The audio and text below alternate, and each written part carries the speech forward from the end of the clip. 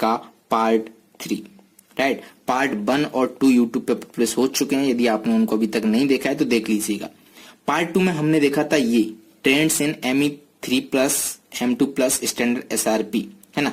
तो जो reduction potential इसका वेरिएशन क्या होता है, क्या ट्रेंड होता है, वो हमने देखा था पार्ट 2 में। अब पार्ट 3 में पार्ट 2 में हम यहाँ तक कंप्लीट कर चुके हैं, पार्ट 3 में हम यहाँ से आगे बढ़ रहे हैं। तो सबसे पहला हमारा जो टॉपिक है वो क्या है, उसको अच्छे से देखते हैं। Trends in stability of higher oxidation state, ठीक है। तो जो हायर ऑक्सीडेशन स्टेट है उनका क्या ट्रेंड है, क्या स्टेबिलिटी रहती है, क्या ट्रेंड रहता है, क्या वेरिएशंस वगैरह होते हैं, वो हम देखेंगे, है ना। तो एक चीज तो हमें पता है कि जो डी ब्लॉक होता है, डी ब्लॉक में यदि हम बात करें 3D सीरीज में कौन कौन से आते थे बताया था ना, साइंस, टीचर, वेरी, क्लियर, मांगे, फीको, निकुंज, है ना। इनको क्या बोलते थे, 3D सीरीज बोलते थे। तो ये जो है काफी ऑक्सीडेशन स्टेट शो करते थे। जैसे MN की बात करूं तो MN अकेला ही +2 +3 +4 +5 +6 +7, तो काफी ऑक्सीडेशन स्टेट ये शो करते हैं। अब यहाँ का हम थोड़ा सा देखते हैं कि किस तरीके से इनके हैलाइड्स और ऑक्साइड्स बनेंगे, क्या स्टेबिलिटी वगैरह रहेगी, वो इस टॉपिक में हम बात करेंगे। तो ध्यान से देखिएगा। तो सबसे पहले यहाँ पे ये टेबल आपको दिखाई दे रही होगी, इसकी चर्चा कर लेते हैं, काफी इंपॉर्टेंट टेबल है, ठीक है। तो यहाँ पर कुछ ऑक्सीडेशन स्टेट दिए हैं, तो इसको तो काट देते हैं। +1 का तो कोई एलिमेंट है नहीं, है एक है CuX, ठीक है। तो +1 को वापस से लिख देते हैं CuX। तो आप देख सकते हो X यहाँ पे क्या है, हैलाइड, ठीक है। और ये कॉपर, तो ये +1 में है और ये -1 में, तो इसका ऑक्सीडेशन स्टेट कॉपर का कितना है, +1 है। इसी तरीके से हम इंक्रीज करते जा रहे हैं, +1 +2 +3 +4 +5 +6, ठीक है। जैसे बात करें तो यहाँ पे एलिमेंट पहले आप लिख लो यदि आपको लिखना हो। तो ये जो है वो क्या है, TI की बात हो रही है यहाँ पे, साइंस, टीचर, वेरी, क्लियर, मांगे, फी, को, ने, को, जे, तो ये आपको पता है। तो यहाँ टिटेनियम में हैलाइड की बात कर रहे हैं, तो ये +1 +2 +3 +4, यहाँ हाईएस्ट कितना है इसका, +4, इसका हाईएस्ट कितना है, +5। ये आपको ऑक्सीडेशन नंबर पता होना चाहिए, है ना। जैसे मान लो कोई हैलाइड है डी ब्लॉक का MnCl2, तो ये हैलाइड है, यहाँ पर Mn का ऑक्सीडेशन स्टेट कितना है, +2 है ना। जैसे बात करें BnCl5, ये एक हैलाइड है, तो यहाँ पे वेनेडियम का ऑक्सीडेशन स्टेट कितना है, +5, ये आपको पता होना चाहिए। तो इसको क्या बोलेंगे हम, हैलाइड बोलेंगे, ठीक है। हैलाइड क्यों बोलते हैं, क्योंकि फिर कल बाहर आई, यानी कि फ्लोरीन, क्लोरीन, ब्रोमीन, आयोडीन, तो इनको हम क्या बोलते हैं, हैलोजन बोलते हैं। और ये 17 ग्रुप में है, इसलिए हैलोजन बोलते हैं, इसलिए इनको क्या बोलते हैं, हैलाइड। जैसे फ्लोराइड, क्लोराइड, ब्रोमाइड और आयोडाइड, तो बेसिक चीजें ये आपको पता होगा, ठीक है। अब ध्यान से एक चीज इसमें जो ऑब्जर्व करने वाली है उसको देखिएगा कि जो टिटेनियम है उसका हाईएस्ट ऑक्सीडेशन स्टेट कितना है, +4, कितना है, +4, तो यहाँ पे आप लिख दो +4। वेनेडियम का कितना है, +5, BF5। क्रोमियम का कितना है, +6, दिखाई दे रहा है। और मैग्नीज का कितना होना चाहिए था, +7 होना चाहिए था। आपको पता है ना मैग्नीज +7 में एग्जिस्ट करता है, बट यहाँ पर +7 नहीं, यहाँ पे कितना है, +4, ठीक है। फिर उसके बाद आप देखो आयरन है +3 में, देन ये है +3 में। तो अब यहाँ से क्या एनालिसिस होता है वो यहाँ पे इन्होंने लिखा हुआ है, तो उसको आप थोड़ा सा देख लो, है ना। तो ये जो टेबल है उसमें क्या है, कुछ स्टेबल हैलाइड्स दिए हैं 3D सीरीज के, ये इन्होंने बताया हुआ है। अब यहाँ पर यदि हम हाईएस्ट ऑक्सीडेशन नंबर की बात करें तो वो टिटेनियम के द्वारा दिखाया जाता है, वो कितना है, TiX4, तो ये यहाँ पे इन्होंने लिख दिया है। यदि वेनेडियम की बात करें तो वो क्या है, BF5 +5 में दिखाता है। यदि क्रोमियम की बात करें तो CrF6 वो +6 में दिखाता है। पर गलती ये मत कर देना कि MnF6 बोले तो MnX6, X यहाँ पे कुछ भी हो सकता है, फ्लोरीन, क्लोरीन, ब्रोमीन, आयोडीन, है ना। और कुछ कुछ एक्सेप्शंस होते हैं वो यहाँ पे दिए हुए हैं, ठीक है। तो ये एग्जिस्ट नहीं करते हैं। जैसे आप लिख दो MnF7, है ना, MnCl7, राइट, तो ये +7 है, +6 में, ये एग्जिस्ट नहीं करते हैं। +5 में भी एग्जिस्ट नहीं करते हैं, है ना। तो इसकी ये जो प्योर हैलाइड है वो एग्जिस्ट नहीं करते हैं। केवल एक है यहाँ पे जिसकी यदि हाईएस्ट की बात करें तो वो कितना है, +4, है ना। +5 +6 +7 तो है ही नहीं, ये कितना है, +4 में। यदि एक एक्सेप्शन है जो आपको याद होना चाहिए, है ना, +7 कोई डायरेक्ट हैलाइड नहीं है, बट एक कंपाउंड है ये, राइट, इसके साथ हैलाइड है, तो इस फॉर्म में Mn क्या +7 शो करता है। तो इस कंपाउंड को थोड़ा देखो, यहाँ पे लिख लेते हैं अपन MnO3F, है ना। तो इसका ऑक्सीडेशन नंबर आप निकालो कितना होगा, तो इसका कितना है, -6, इसका कितना है, -1, तो इसका क्या होगा, -6 और -1 यानी कि +7। तो यहाँ पर मैग्नीज किसमें, +7 में है ना। तो ऐसा तो कोई नहीं मिला ना हमें MnF6 F7, तो डायरेक्ट कोई +7 में मिल गया, तो वैसा नहीं है, है ना। तो मिनिमम कितना है, +4 में है। और एक ऐसा कंपाउंड है MnO3F जो कि प्योर हैलाइड नहीं है, ऑक्साइड और हैलाइड का मिक्सर है, राइट। तो ये किसमें शो होता है, +7 स्टेट मैग्नीज की इसमें शो होती है, ठीक है। Beyond Mn no metal has a tri halide except FeX3 and COF3। और यदि Mn से फिर आप इधर जाते हो तो FeX3 और COF3 को छोड़कर कोई भी हैलाइड नहीं होता है, ये आपको पता होना चाहिए, ठीक है। आप ये गलती न कर देना कि जैसे COF3 है तो आप बनाना COCl3, COCl3 नहीं, यहाँ पे F3 है। और FeX3 होता है, बट यहाँ पे 21 लिखा है ना, F फ्लोरीन टू ब्रोमीन होगा, ठीक है। तो आयोडीन भी यहाँ पे नहीं होगा, यानी कि यदि आप बात करो FeI3 की तो ये भी नहीं होगा। ये आगे लिखा हुआ है, उसको हम देख लेंगे, है ना, उसके बारे में आपको टेंशन लेने की आवश्यकता नहीं है। तो अभी तक हमने क्या देखा कि टिटेनियम अपनी +4 में दिखाता है, वेनेडियम भी +5 में दिखाता है, क्रोमियम भी +6 में दिखाता है, बट मैग्नीज के साथ कोई भी हैलाइड नहीं होता है +7 में। बट एक ऐसा कंपाउंड है जिसमें ऑक्साइड और हैलाइड दोनों होते हैं, MnO3F, जिसमें मैग्नीज +7 में होता है। उसके बाद की बात करते हैं तो FeX3 और COF3 के अलावा जो कि ट्राई हैलाइड है ना, F3 नहीं है, FeX3 और COF3 कोई भी ट्राई हैलाइड नहीं है। ZnH2 है, फिर CuX है, CuX2 है, NiX2 है ना। तो आप देख सकते हो ये सब सिंगल है या फिर डबल है, ठीक है। वो वाले सिंगल डबल नहीं, दूसरे वाले, ठीक है। तो समझ में आ गया, सिंपल सी चीज है। अब यहां पर एक चीज देखते हैं कि ये जो फ्लोरीन है वो इसको स्टेबलाइज कैसे करते हैं। The ability of fluorine to stabilise the highest oxidation state is due to higher lattice energy as in case of COF3। तो ये COF3 में ये स्टेबल क्यों है, क्योंकि फ्लोरीन जो है ना, उसका रीजन क्या है, हाई लैटिस एनर्जी, है ना। इसकी लैटिस एनर्जी कितनी है, हाई है, तो ये इसका स्टेबिलिटी का ये रीजन है।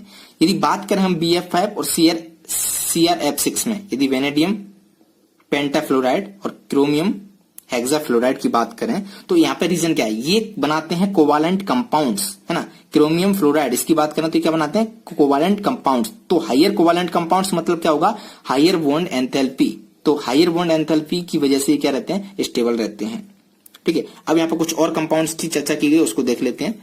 ज्यादा कुछ आपको याद नहीं करना है, बस थोड़ा सा पता होना चाहिए, एनालिसिस टाइप है। स्क्रीनशॉट ले लिया करो मेरे मिटाने से पहले, है ना। Although BB5 is represented only by VF5, ध्यान रहे यहाँ पर क्या है, VF5, राइट। अब ऐसा नहीं है कि BCl5 भी यहाँ पे बनता हो, ये एग्जिस्ट नहीं करता, केवल ये करता है फ्लोराइड वाला, ठीक है। The other halides however undergoes hydrolysis to give oxo halides BOX3। ये एक इंपॉर्टेंट रिएक्शन है जो आपको पता होना चाहिए। जैसे हम वेनेडियम की बात कर रहे हैं तो हमें पता है VF5 बनता है, ठीक है। VCl5, VBr5, VI5 नहीं बनते हैं। यदि मैं मान लू कि ये क्या X है तो VX5, तो इसका क्या हो जाता है, यहां से एक प्रोडक्ट मिल जाता है, ये हाइड्रोलाइसिस हो जाते हैं तो VO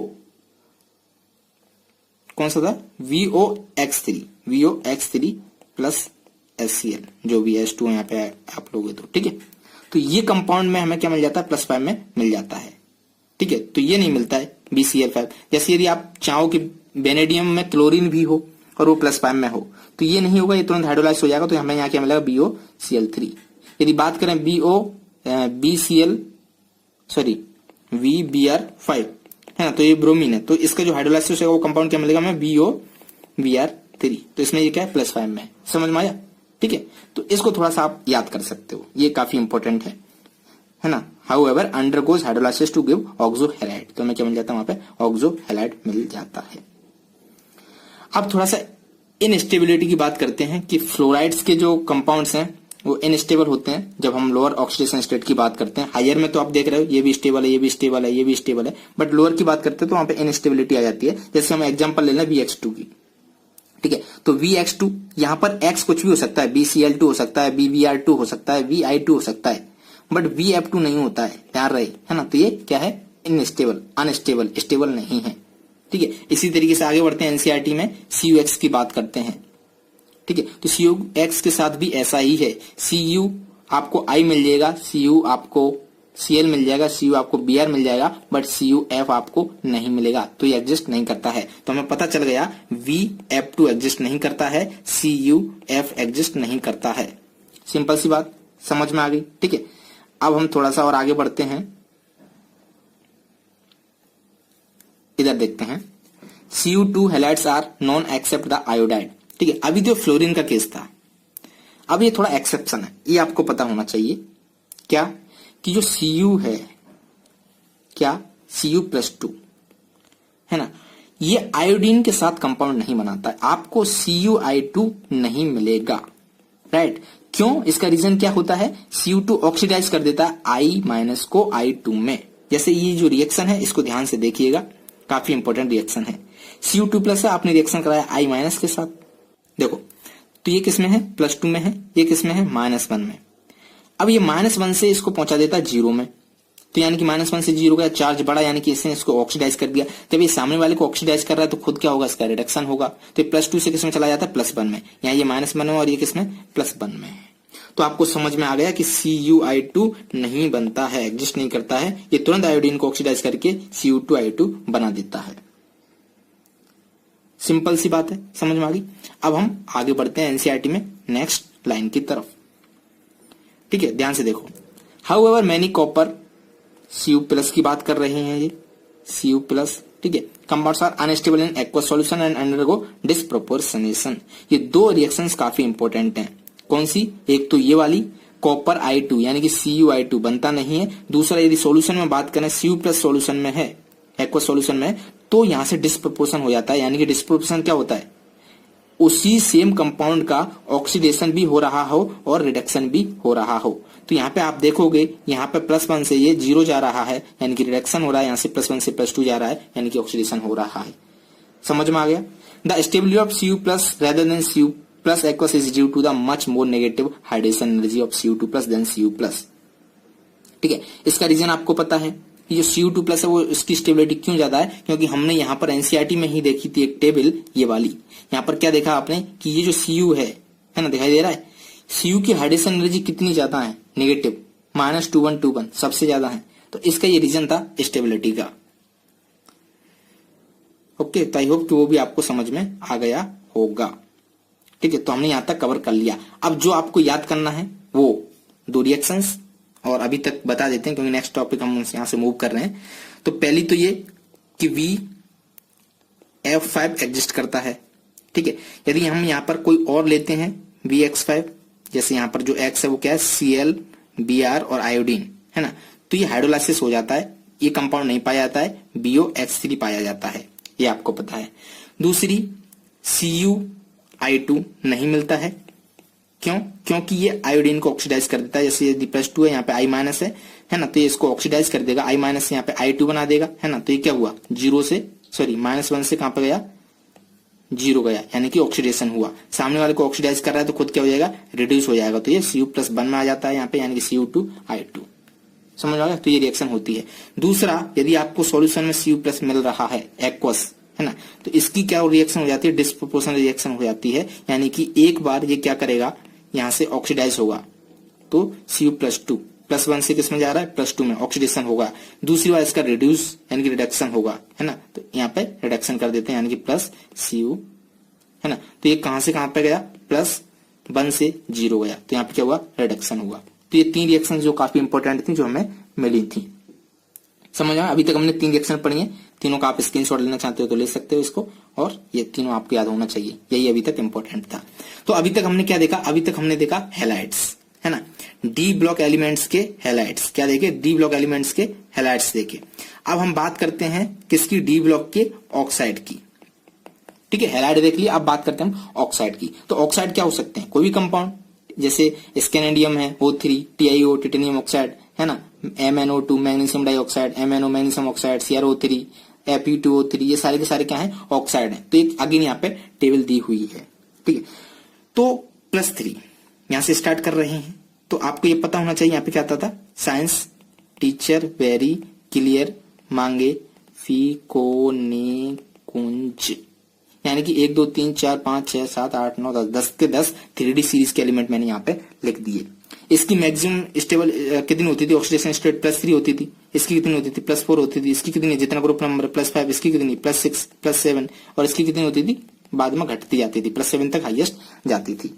अब यहाँ पर देखने वाली बात यह है कि स्कैनेडियम तो +3 में ही होता था, बाकी ऑक्सीडेशन स्टेट शो नहीं करता था। तो ये सिंपली क्या हो जाएगा, Ca2O3। ये आपको पता होना चाहिए, ये ऑक्सीडेशन स्टेट कैसे लिखना है। जैसे मान लो मैंने लिखा Al, और यहाँ पे Al किसमें होता है, +3 में, ऑक्सीजन, और जो ऑक्सीजन है उसका कितना होता है, -2। तो इसको कैसे कंपाउंड बनाते थे, तो इसको 2 को इधर लिखते थे, 3 को इधर लिखते थे, फिर इनका मल्टीप्लाई कर देते थे। ठीक है, तो क्या कंपाउंड मिल जाता था Al2O3। समझ में आ गया? मैंने उल्टा लिख दिया, यहाँ 3 लिखते थे, यहाँ 2 लिखते थे, इधर इसका मल्टीप्लाई करते थे, तो Al2O3 इस तरीके से हम करते थे। तो जैसे मान लो हमने लिया बेनेडियम, बेनेडियम किसमें +5 में होता है, ऑक्सीजन कितने में -2 में होता है, तो यहाँ 5 लिखा, यहाँ 2 लिखा, इन दोनों का मल्टीप्लाई कर दिया है ना, तो क्या बनेगा V2O5। तो सिंपली ऑक्सीजन की कितनी है 2 है और बेनेडियम की कितनी है +5 है, तो ये हमें यहाँ पे दिखाई दे रही है। तो अब बाकी आप अंदाजा लगा सकते हो कि किसका क्या ऑक्सीडेशन स्टेट है। जैसे बात करें यहाँ पर है ना, तो ऑक्सीजन का 2 है, तो स्टैंडियम किसमें है +3 में, यहाँ पे इसका 2 होता है, इसका 2 होता है, तो 2 कैंसिल हो गया, तो एक इसमें +2 में है। इसका ऑक्सीजन का 2 है, टीआई का कितना है 3, तो ये +3 में। TiO2 इसका ऑक्सीडेशन स्टेट कितना है +4। इसको कैसे देखोगे, सिंपली TiO2 एक ऑक्सीजन का कितना होता है -2, तो टोटल -4 होगा, तो इसका कितना होगा +4 होगा। तो इसी तरीके से सारे ऑक्सीडेशन स्टेट आप निकाल सकते हो। ऑक्सीडेशन स्टेट आपको निकालना आता होगा, यदि नहीं आता है तो प्लीज कमेंट करके बता दीजिएगा। मैं क्योंकि यहाँ पे तो सिंपल ऑक्साइड दिए हुए, बाकी कॉम्प्लेक्स भी होते हैं कंपाउंड है ना, उनका सबका जैसे इस टाइप के भी कंपाउंड आपको देखने मिलेंगे, चार्ज वगैरह है ना। तो और यदि आपको ऑक्सीडेशन स्टेट नहीं आ रहा है तो समझना केमिस्ट्री में डब्बा गोल है, मतलब इनऑर्गेनिक हाथ से छूट जाएगी। ऑक्सीडेशन स्टेट का काफी रोल है आगे आने वाले चैप्टर्स में भी, और काफी चीजों में उसका रोल है ही है। तो जिनको भी जरूरत है, जो भी बी के ऑक्सीडेशन स्टेट में, वो कमेंट कर दीजिएगा। यदि ज्यादा कमेंट आती है, मुझे लगता है कि ज्यादा जरूरत है इस चीज की, तो मैं उसके ऊपर वीडियो बना दूंगा। फिलहाल तो हम इसकी बात करते हैं। तो अब देखो, ये +3 में शो कर रहा है, +4 में यहाँ शो कर रहा है, +5 में यहाँ शो कर रहा है, +6 में शो कर रहा है और +7 में शो कर रहा है। ठीक है, तो अब इसके बारे में मैंने कुछ लिखा हुआ है, वो फटाक से देख लेते हैं, है ना। टेबल को अच्छे से एनालिसिस कर लो, बाकी ये पैराग्राफ में कुछ है नहीं। समझना, हाईएस्ट ऑक्सीडेशन स्टेट है ना, ग्रुप जितना नंबर है उतना ही है। जैसे यहाँ पे ग्रुप नंबर कितना है +3 है, तो इसका हाईएस्ट ऑक्सीडेशन स्टेट कितना है +3। इसका ग्रुप नंबर कितना है 4 है, तो इसका हाईएस्ट ऑक्सीडेशन नंबर कितना है +4। इसका 5 है तो कितना है इसका +5। इसका 6 है तो कितना है +6। इसका 7 है तो कितना है +7। तो वैसे भी ये नहीं लिखते, तब भी हमें पता है यहां तक। तो ये कह रहा है अप टू कहां तक, Mn2O7 तक, तो मैंगनीज तक, यानी कि स्कैनिडियम से मैंगनीज तक हाईएस्ट ऑक्सीडेशन नंबर वही है जो इनका ग्रुप नंबर है। सिंपल सी चीज है, कोई डाउट होना भी नहीं चाहिए, क्योंकि ये कंपाउंड तो वैसे भी देखे हुए हैं, राइट। अब बात करते हैं ग्रुप 7 के बाद की। तो 7 के बाद no higher oxidation of Fe एवो Fe2O3। तो यहाँ पे +3 Fe2O3 का ऑक्सीडेशन स्टेट कितना है +3 है। उसके बाद कोई यहाँ जाना नहीं गया है, बट यहाँ पर एक और आपको मिल जाता है कॉम्प्लेक्स टाइप का। Although ferrates are found in alkaline media but they readily decompose to Fe2O3 and O2। तो ये एक अगेन आपको एक रिएक्शन है जो आपको याद करनी चाहिए। एक कंपाउंड हमें मिलता है +6 में, जिसका नाम क्या है FeO4 2-। ये किसमें +6 में, आप निकाल सकते हो इसका कैसे, यदि इसका X मान लो है ना, और इसका कितना है ऑक्सीजन, एक ऑक्सीजन का कितना होता है -2, टोटल कितनी है 4, तो कितना हो जाएगा -2 × 4, और चार्ज कितना है -2। तो आप इसको सॉल्व करोगे तो यहाँ पे क्या आएगा, X = 4 × 2 - 8, ठीक है, = -2। तो इसको उधर ले जाओ तो X = 8 - 2, यानी कि X = 6। तो इसका ऑक्सीडेशन स्टेट कितना आ गया 6 आ गया। समझ में आ गए, है ना। तो आयरन का ऑक्सीडेशन कितना है इसमें 6 है, बट ये कंपाउंड जनरली क्या होता है, डिकम्पोज हो जाता है अल्कलाइन मीडिया में। Are formed in alkaline media but they readily decompose to Fe2O3 and O2। ठीक है, तो ये जो कंपाउंड है वो बेसिक मीडिया में हमें मिलता है, बट फटाक से ये जल्दी से डिकम्पोज हो जाता है Fe2O3 और O2, यानी कि सिंपल ये कह रहा है कि ये ज्यादा स्टेबल नहीं होता है। ठीक है, तो ये रिएक्शन आपको पता होना चाहिए। ऐसा कंपाउंड आपको कहीं मिले तो ये आप डिकम्पोज कर दो, right. Beside the oxides, oxocations stabilizes V5 as VO2+। अब यहाँ पर कुछ ऑक्सो कंपाउंड दिए हो तो आप देख सकते हो, जैसे VO2 की बात करते हैं, VO2+, है ना, तो इसका ऑक्सीडेशन कितना है +5 है। BO2+, इसका ऑक्सीडेशन कितना है +4 है। TiO2+, इसका ऑक्सीडेशन कितना है 4 है।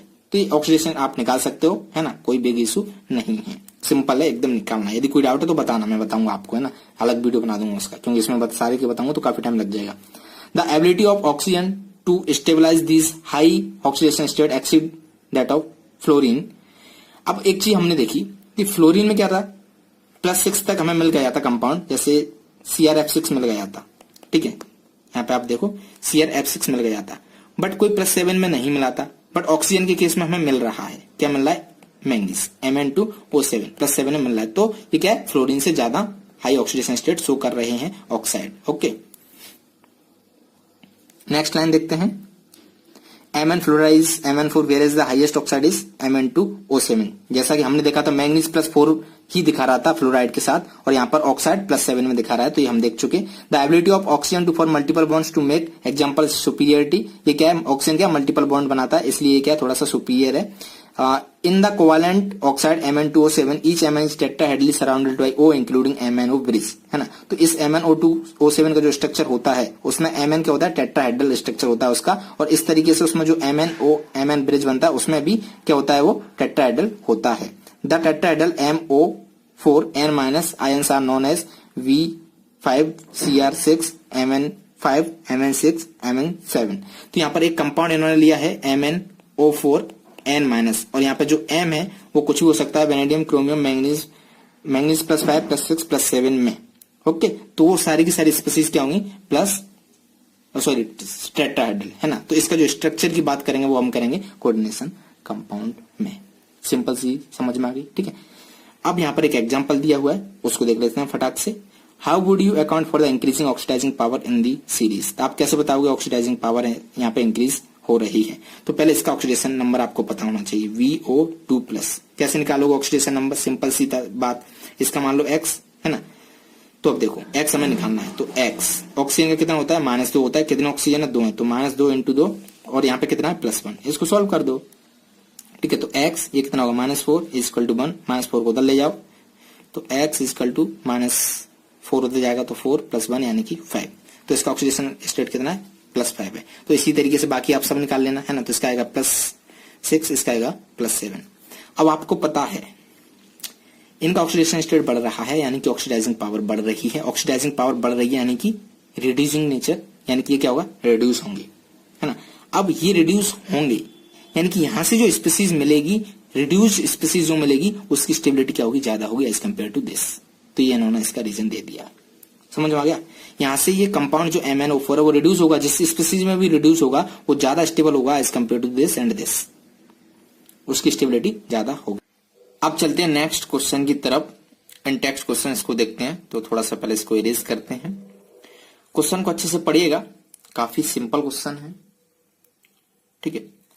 तो ये क्या कह रहे हैं, how would you account for the irregular variation of ionization enthalpies first and second in the first series of the transition element। तो बेसिकली ये बात कर रहे हैं 3D सीरीज की, है ना। अब ये कह रहे हैं कि 3D सीरीज में यदि हम आयनाइजेशन एंथैल्पी की बात करें, कौन सी, फर्स्ट और सेकंड, दोनों की बात करें, तो हमें एक उसमें इरेगुलर वेरिएशन मिलता है। अब इसको आप कैसे समझाओगे, ऐसा क्यों है, सिंपल सी बात है। तो हमने देखा है कि जो आयनाइजेशन एनर्जी है D, जैसे हम यहां से आते हैं ना, साइंस टीचर वेरी क्लियर, मांगे फी को ने कुंज, समझ में आया।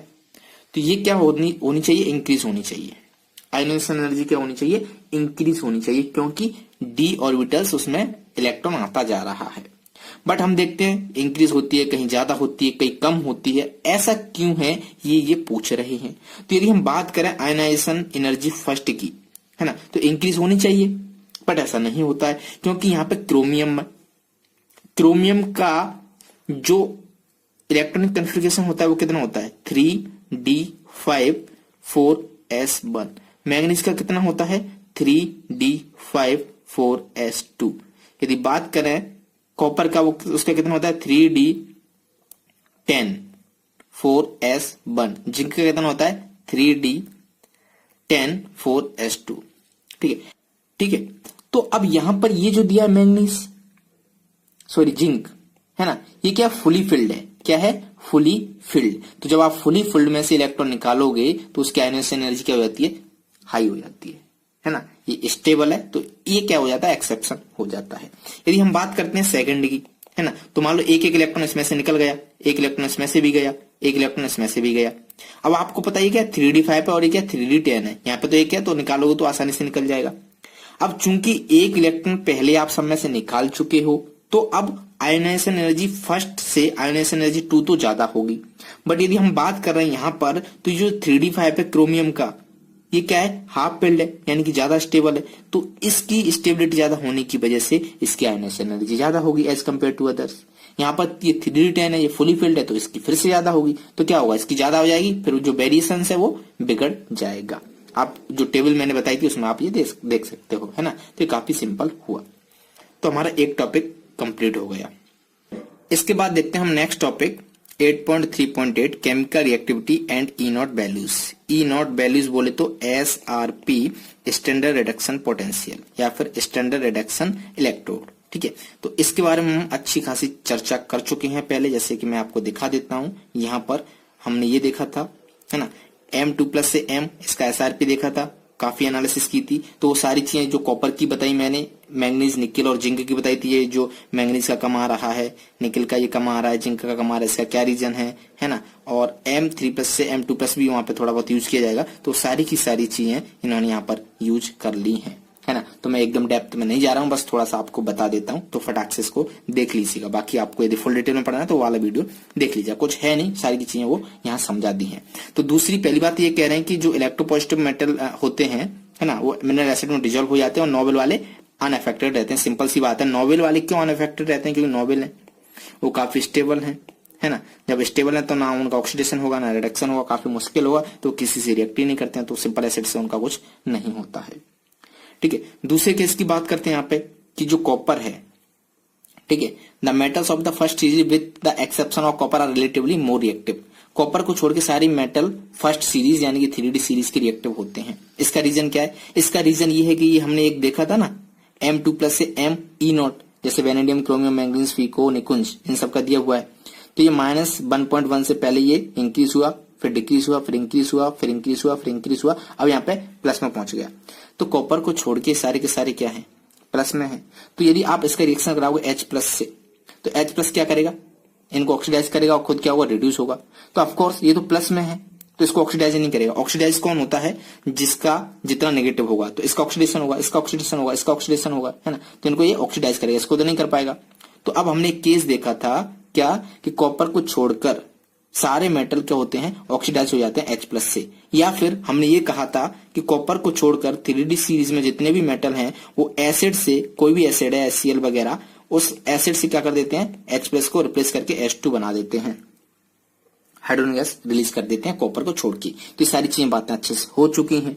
दूसरी यहाँ पे बात करें, titanium and vanadium in practice are passive to dilute non oxidising acid at room temperature. तो वेनेडियम, टिटेनियम क्या है, रूम टेम्परेचर पर डिजोल्व हो जाते हैं, डाइल्यूट हो जाते हैं। तो सिंपल सी बात है। फिर यहां से यहां तक ये जो इन्होंने पैराग्राफ उठाया है वो सारी मैं आपको अच्छे से उसमें पढ़ चुका हूं। फिर आप देख सकते हो कि जो जिंक और निकल और मैग्नीज की जो आपने देखी थी वैल्यू, कुछ इस तरीके से ग्राफ आ रहा था, कम ज्यादा हो रहा था, एक वेरिएशन ट्रेंड है ना उसमें। ऐसा क्यों हो रहा था, उसका रीजन पता था आपको कि जो मैग्नीज है उसमें D5 में काफी स्टेबल है, जिंक है वो D10 में काफी स्टेबल है, और जो निकल के साथ हो रहा था उसका रीजन था highest negative enthalpy of hydration. तो इसको वापस से मैं उस टेबल में फिर से आपको दिखा देता हूं, जिससे आपको कोई कंफ्यूजन ना रहे, ऐसा ना लगे कि मैं उसको, मतलब ऐसा ना लगे कि समझ में नहीं आ रहा है ना। तो इसको वापस से देख लेना उस वीडियो को, फिर भी मैं आपको बता देता हूं कि यहाँ पर आप देख रहे हो मैग्नीज का ये नीचे जा रहा है, निकल का ये अगेन यहाँ है, और जिंक का यहाँ है। तो मैग्नीज और जिंक के साथ ऐसा क्यों हो रहा है, SRP घट क्यों रहा है, इसका रीजन ये है कि ये D5 में होता है, ये D10 में होता है, राइट। तो हाफ फिल्ड है और ये फुली फिल्ड है, तो काफी स्टेबल होते हैं। और निकल के साथ ऐसा क्यों हो रहा है, क्योंकि इसकी हाइड्रेशन एनर्जी काफी ज्यादा है। तो आप इस टेबल में देख सकते हो निकल की तरह ये, तो आप देख सकते हो -2121, बाकी में सब 18 19 18 19 20 20 है ना। कॉपर और निकल दोनों की ही ज्यादा होती है, समझ आ गया। तो सिंपल सा रीजन है, यहाँ पे उन्होंने बता दिया है। अब नेक्स्ट पैराग्राफ की बात करते हैं। पहले इसको थोड़ा सा इरेज कर देते हैं, वरना खिचड़ी सी पक जाती है।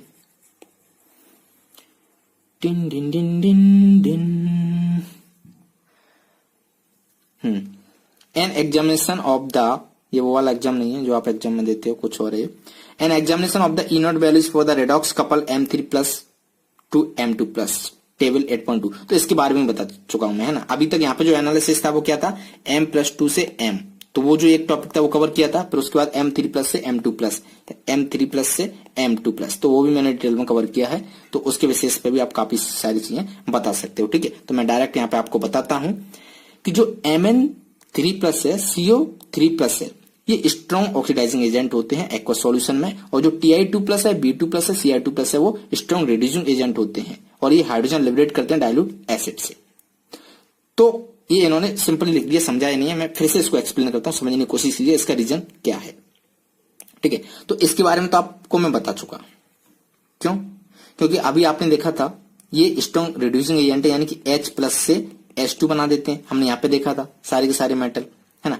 यदि हम बात करें Mn3+ और CO3+, ये स्ट्रॉन्ग ऑक्सीडाइजिंग एजेंट है। क्यों? क्योंकि ये सामने वाले को ऑक्सीडाइज करते हैं, खुद रिड्यूस हो जाते हैं। तो जैसे बात करो Mn+3 और Mn+2, तो इसका क्या होता है, D4 होता है इलेक्ट्रॉन कन्फर्मेशन, इसका कितना होता है, D5 होता है। तो ये ज्यादा स्टेबल है ना। जब कोई स्टेबल है तो वो इधर उधर क्यों जाना चाहेगा, नहीं जाना चाहेगा, है ना। तो इसलिए Mn+3 में यदि कोई है ना, तो वो क्या करेगा, सामने वाले को ऑक्सीडाइज कर देगा और खुद Mn+3 से +2 में आ जाएगा, क्योंकि D5 is more stable than +3।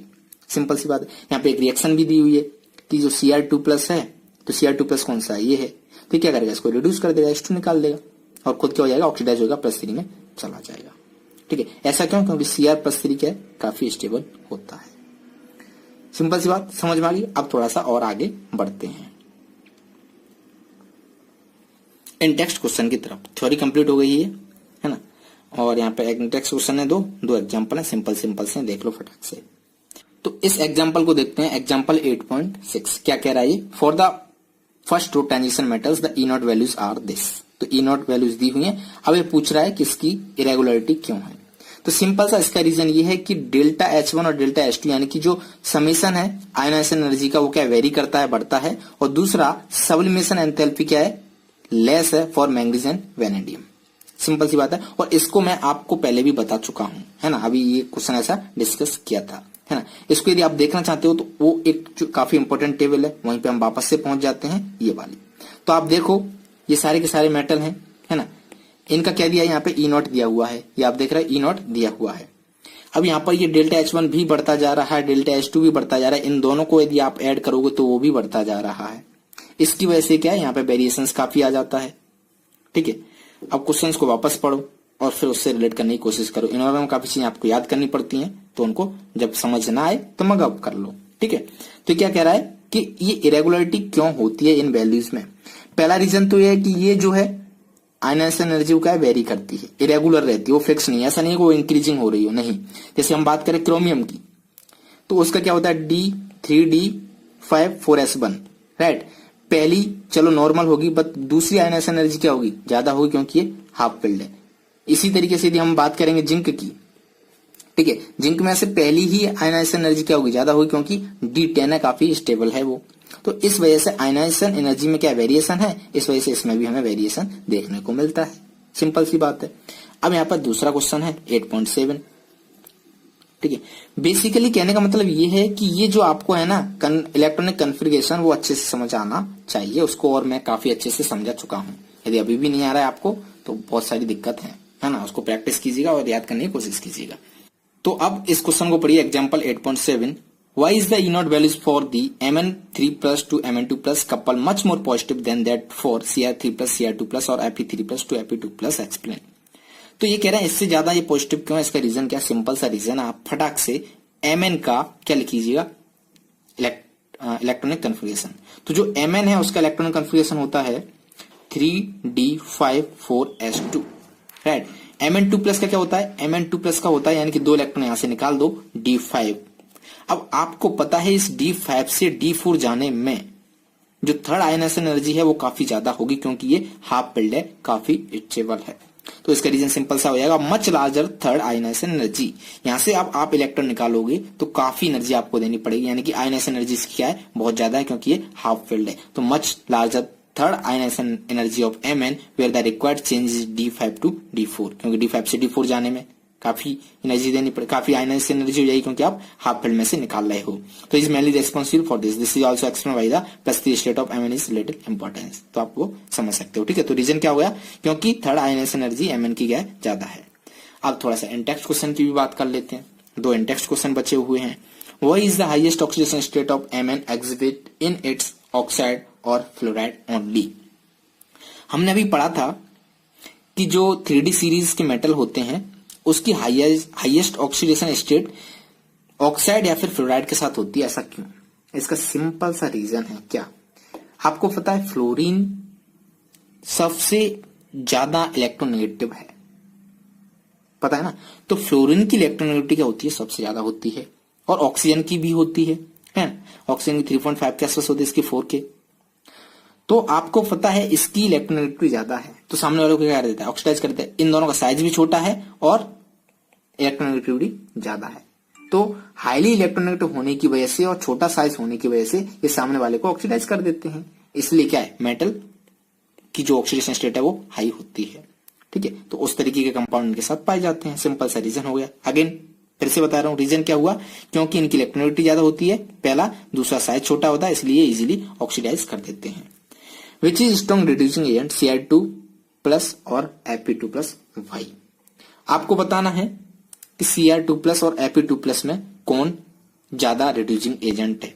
तो ये क्वेश्चन काफी आसान है, सिंपल समझने की कोशिश कीजिए। एक जगह मैं लिखता हूं Cr+2, रिड्यूसिंग एजेंट यानी कि सामने वाले को रिड्यूस कर रहा होगा, यानी खुद का ऑक्सीडेशन हो रहा होगा, यानी कि Cr+3 में जा रहा होगा। दूसरी जगह लिखता हूं मैं Fe+2, सामने वाले को रिड्यूस कर रहा होगा, खुद का ऑक्सीडेशन हो जाएगा, यानी कि Fe+3। अब आपसे पूछा है कौन ज्यादा अच्छा है, ये वाला या ये वाला, कौन ज्यादा अच्छा है रिड्यूसिंग एजेंट, ये वाला या ये वाला, कैसे बताओगे? ठीक है, तो ये हमें पता चलेगा E0 वैल्यू से, है ना। तो इसकी जो E0 वैल्यू है वो कितनी है, -0.41। इसकी E0 वैल्यू है, SRP वैल्यू वो कितनी है, 0.77, यानी कि पॉजिटिव में जो एक वेरिएशन दिखाया था ना मैंने, Mn+3 से M+2, वहां पर ये दी हुई थी टेबल में। तो अब आप बताओ ऑक्सीडेशन किसका होगा, इसका होगा या इसका होगा? तो हमें पता है जिसका नेगेटिव होता है उसका ऑक्सीडेशन होता है, तो नेगेटिव कौन है, ये, तो इसका ऑक्सीडेशन होगा, यानी कि इसका इजीली ऑक्सीडेशन हो जाएगा, तो ये अच्छा रिड्यूसिंग एजेंट होगा, ना कि ये। समझ में आ गया, सिंपल सा रीजन है, कोई डाउट? ठीक, तो अभी हम 8.7 तक देख चुके हैं। तो अब यदि हम मैग्नेटिक प्रॉपर्टी शुरू करते हैं इस वीडियो में, तो ये काफी बड़ा हो जाएगा, ये सब एक्सप्लेन करना पड़ेगा, ओके, यहां तक तो काफी बड़ा वीडियो हो जाएगा। तो ठीक है, फिर हम आज की वीडियो में यहीं तक रखते हैं। नेक्स्ट वीडियो हम शुरू करेंगे मैग्नेटिक प्रॉपर्टीज, और कोशिश करेंगे नेक्स्ट वीडियो में काफी कुछ कवर हो जाए, ओके। तो चलिए फिर